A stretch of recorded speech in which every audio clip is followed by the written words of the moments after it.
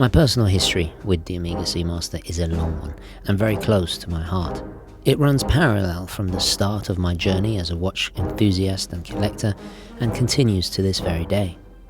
I have owned and enjoyed so many different models and versions. Today I finally feel qualified to bring you this unique look at a collection of watches that blends together a fascinating story about design, horology, history, popular culture, adventure, technology and discovery. So let's get into it.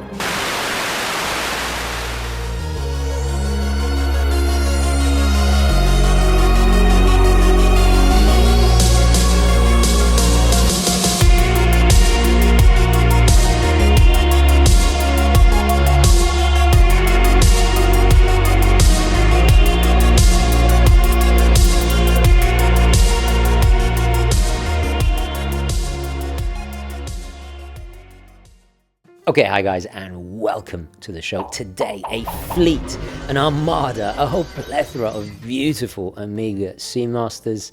In fact, I'll do my wristwatch check. This belongs to Bill, who works at Moya. Moya have so generously lent all these in.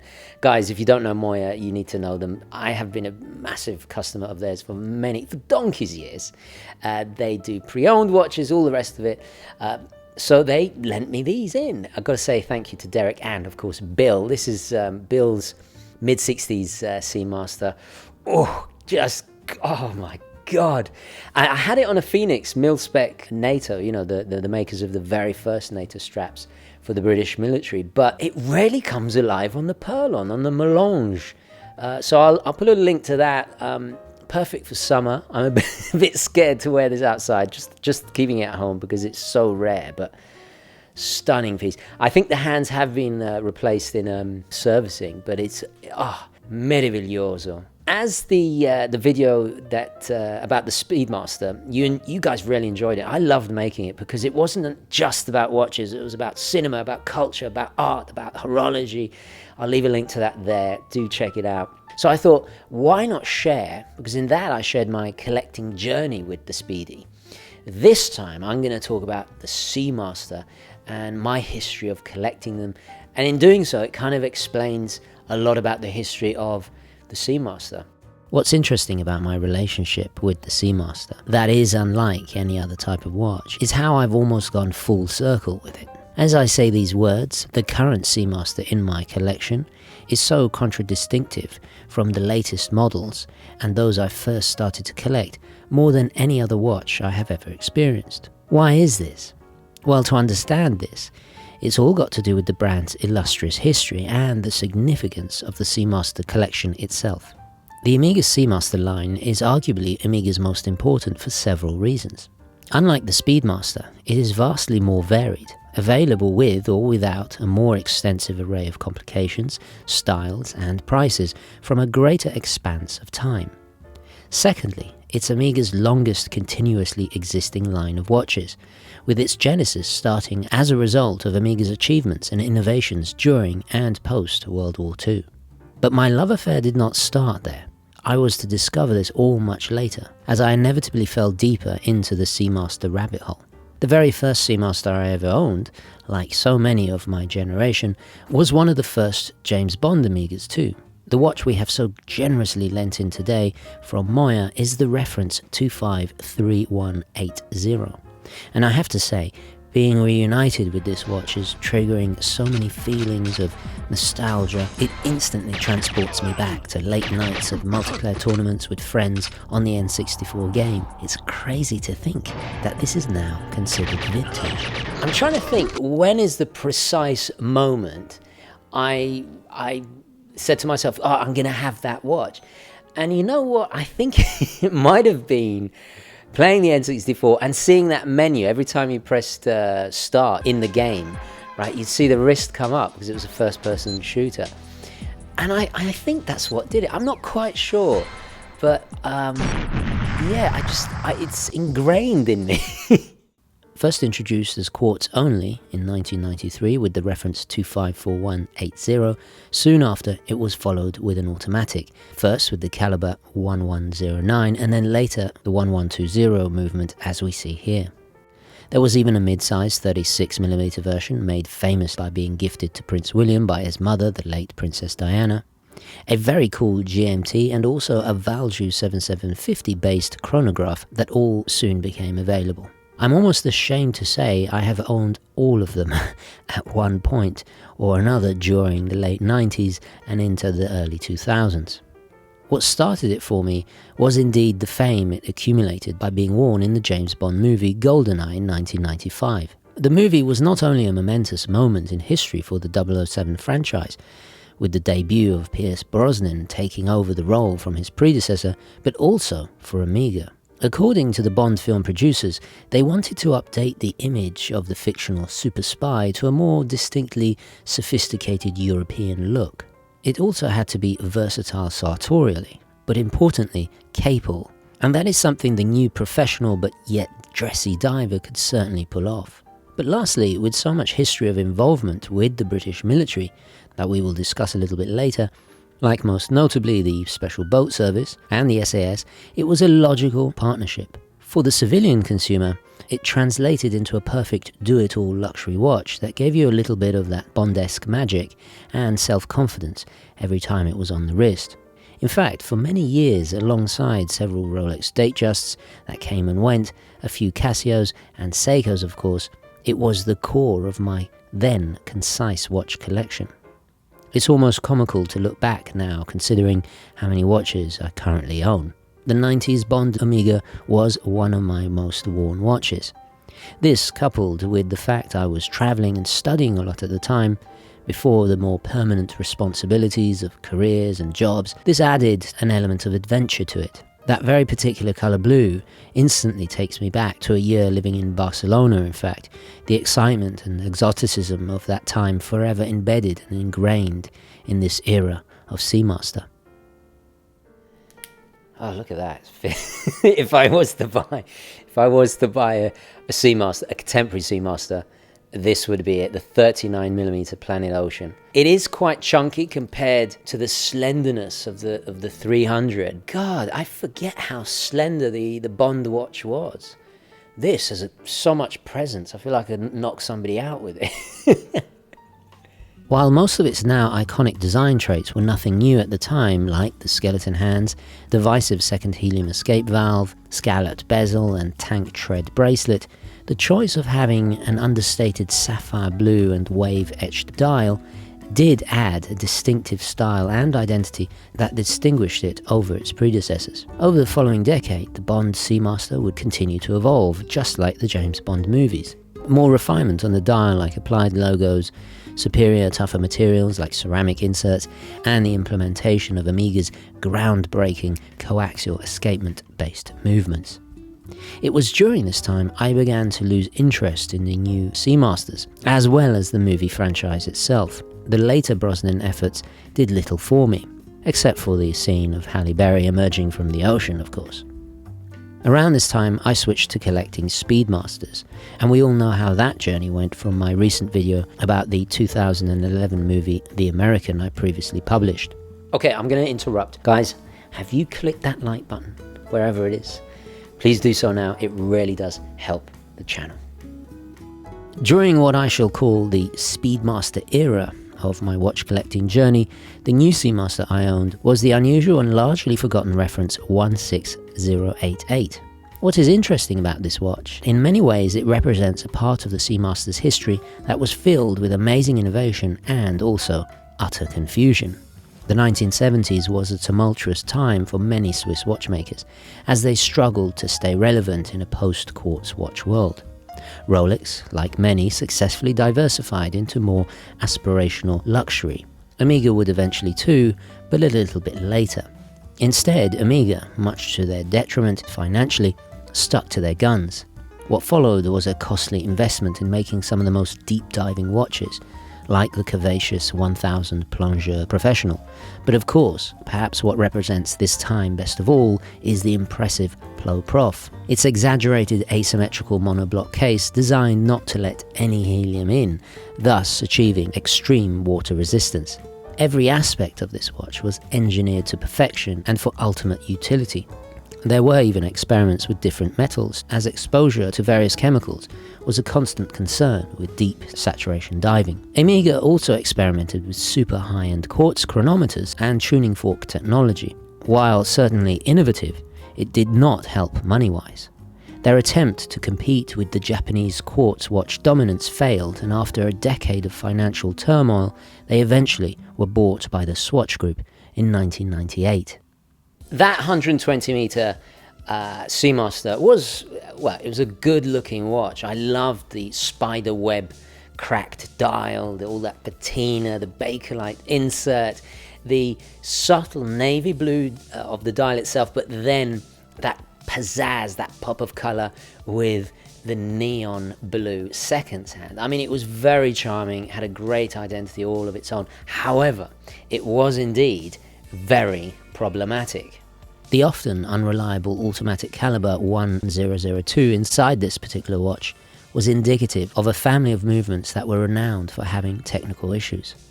It somewhat soured my taste with Omegas of this era, not to mention its flimsy date change, terrible wobbly crown action, overly loose frictionless bidirectional bezels being fairly costly to repair, and the overall fragility due to its dated materials. After I flipped it, it looked like my days with the Seamaster were over, not to mention, by this time, my flagship watch of the collection was the contemporary Rolex Ceramic Submariner, a watch nobody can deny set new standards in functionality and robustness compared to all other luxury divers I experienced at the time. But then that changed when I was lent one of these.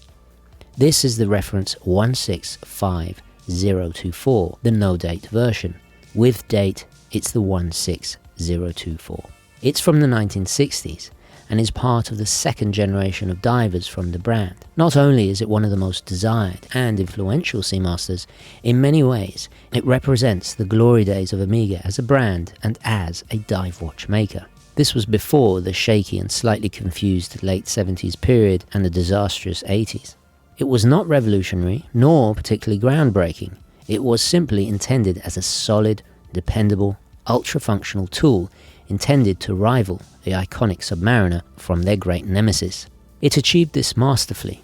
It was a natural progression of their very first diving Seamaster 300 of 1957, but redesigned and purpose-built. They were even commissioned by the British Royal Navy, hence the ultra-legible and beautifully balanced dial design and sword handset similar to those on the Rolex Mil Sub. It has a wide-set black ratcheted luminous coin edge bezel, comparable to those on the blank pan 50 fathoms. Its dial design, like the numerals for example, and the 41mm scale case with twisted lugs, would permeate into countless following Seamasters. Just look at the 300 Professionals, or any Planet Ocean for that matter, and you will see exactly what I mean. So not too long after experiencing this watch, I started to understand there was far more to the Seamaster than the fictional super spy. And then, of course, Dunkirk came out, or was released in 2017 by the great film director Christopher Nolan. Nolan is a filmmaker obsessed with time, our relationship with it, and using it to great effect to evoke deep emotions, ultimately giving the viewer a sense of scale. His landmark film Interstellar, we have talked about before, also demonstrates this perfectly, not to mention films like Inception, Tenet, and Memento, that all use time in inventive ways to tell different narratives. Dunkirk was not only innovative in its representation of time by intercutting several different time scales and perspectives in order to tell the story, it immortalized in cinema perhaps Omega's greatest achievement. He's on me! I'm on him. A Spitfire pilot played by Tom Hardy used the 1940 reference CK2129 to calculate how much fuel and therefore how much time he had left in the air. We shall go on to the end. We shall never surrender. During his heroic and intense dogfights with the enemy, every second he remained in the fight saved lives as the ground forces he was defending escaped onto ships while the enemy advanced. Almost as soon as I left the cinema upon seeing this Capo Lavoro, I tracked down a similar World War II Omega on eBay, known colloquially as the Spitfire watch. While it did not have the Weems-style rotating bezel like the one in the movie, the CK2292 Navigator's watch did share an extremely important feature. So I just want to pause here because I want to stress something crucially important, and it might be painfully obvious, but I think in today's world where we have technology everywhere, in this pre-digital world, pre-quartz world, the accuracy of mechanical wristwatches was crucial. Lives depended on it. Whole battles could be fought and lost, the timing of artillery, of attacks, all this kind of thing. Inside this now legendary watch was the manual wind caliber 30T2. It was the precursor to almost all following generations of movements by Omega until the 1960s. Its reliability and robustness earned Omega the highly respected reputation, so much so even Field Marshal Bernard Montgomery personally visited the factory after the war to thank them. In fact, compared to all other Swiss brands, Omega was the single largest supplier of watches to the British military and their allies, with over 110,000 timepieces. It was their contribution to the war effort like this that left a deep impression on me, in many ways even overshadowing the moon landing's importance with the Speedmaster. After all, without a victory in World War II, it could have been a very different moon landing indeed. While diving deeper into the fascinating backstory, I then discovered that the version I had, like so many issued military watches, was recased from the previously steel-plated to solid steel after the war for commercial pilots. This was common for watches of that era and explained the lack of stamped military markings in a newer case by former Rolex casemaker Denison of the UK. So you're probably wondering at this point, what has pilot watches got to do with the Seamaster? Well, if it was not for the 30T2 and its reliability, we would have not had all the following in-house made generations, culminating in perhaps the most important generation, the 500 series of automatics, as seen in my current 1956 pre-trilogy solid gold Seamaster, and also found in the 1960s military Seamasters. Many of the early 30T2 based Omegas had decent anti-magnetic, shock and water resistance. So much so, in one insane experiment, a watch was strapped to the outside of an airplane and flown for several hours to prove and test their ruggedness. Knowing all of this profound lineage, connections to British military history, important cultural moments in cinema, and influential developments in horology, it was no surprise that it deepened profoundly my admiration for the Seamaster. To think that my current, relatively simple Seamaster was made only months before the Seamaster would become the pivotal diver of 1957, all while having this in its DNA, adds a sense of verisimilitude and authenticity that is unmistakable. There's no doubt that the 1950s is the brand's most crucial, formative, and momentous period of its history, which probably explains why this is my current Omega. I mean, aside from being drop-dead gorgeous, right? You will also notice that it does not have the iconic seahorse engraved on the back. This came later in 1958. The hippocampi, or seahorse, became the official symbol of the Seamaster, signifying the line's water-resistant capabilities. Omega engraver Jean-Pierre Boulez, who was also responsible for the observatory logo on the constellation, took inspiration from ancient Greek, Roman, and even Etruscan mythology. He got the idea from the half-horse, half-fish sea monster motif, often found on gondolas, during a visit to Venice. So where are we today? Well, I chose these two models, and we'll go into it in just a little bit more detail, to really encapsulate the modern age of the Omega Seamaster. And I've got to say, I feel like a kid in a candy store. Oh my God. This one, it's kind of what the Yachtmaster wishes it could be when it grows up. Ooh, I'm going to get flack for that, but no, seriously. Ooh. This is the 2022 special edition 300-meter professional that salutes a milestone in Omega's Olympic timekeeping history. As Beijing 2022 will mark the brand's 30th occasion in the prestigious role, a tradition that started the same year as the Seamaster did with the London Olympics of 1948. Also, it contains all the latest technology and materials, like the coaxial master chronometer and silicon hairspring in the caliber 8800. To commemorate the significant occasion, we see the 5 colours of the Olympic rings framing the applied markers at 2, 4, 8, 10 and 12 o'clock. The wave-etched ceramic dial returns, but this time in a mesmerising sun-brushed denim blue with laser engraving. Its colour was carefully chosen to symbolise the competition itself that takes place mostly in below zero temperatures. The new Grade 5 titanium bezel insert with a contrasting pebble dash finish is not only tougher than the fading aluminium insert of old, but stunning to behold. In fact, almost everything from the METAS testing, guaranteeing the industry's highest standards of precision, to the performance and magnetic resistance, to the new expandable fold-over rack and pusher diver extension on the clasp, all demonstrates Omega's refinement of the Seamaster over 70 years of making dive watches. Lastly, we had to include the previously reviewed 39mm Planet Ocean. If I was to buy a new Seamaster, this would undoubtedly be it. But also, it's the best confluence of all Seamasters in one watch. The Planet Ocean arrived rather late in the Seamaster history, almost a decade later than the 1993 300-meter Professional, first debuting in 2005. This also coincided with Daniel Craig taking over as James Bond a year later in 2006 with Casino Royale. Former SAS types with easy smiles and expensive watches. Rolex.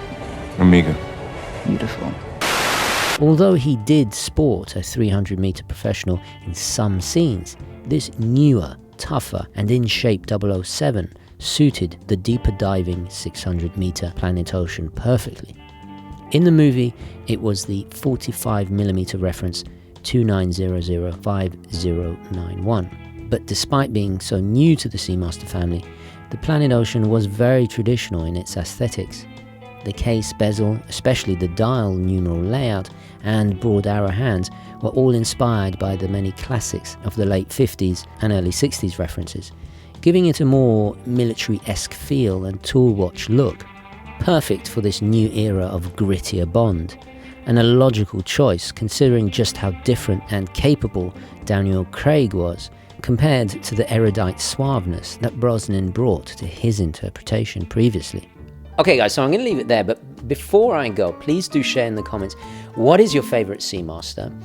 What's your favourite era of Seamaster? And if you had to buy a Seamaster tomorrow, which would it be? And if you're not a fan of Omega or the Seamasters, please let me know why. I really love hearing, opposing kind of opinions in the comments. So do share that down below. What else? A massive thank you to Moya for lending these in. Absolute legends for making this possible. I can't believe it. So there we go. I'll catch you in the next one. Don't forget to like this video if you enjoyed it and found it useful. Thank you for watching. Ciao.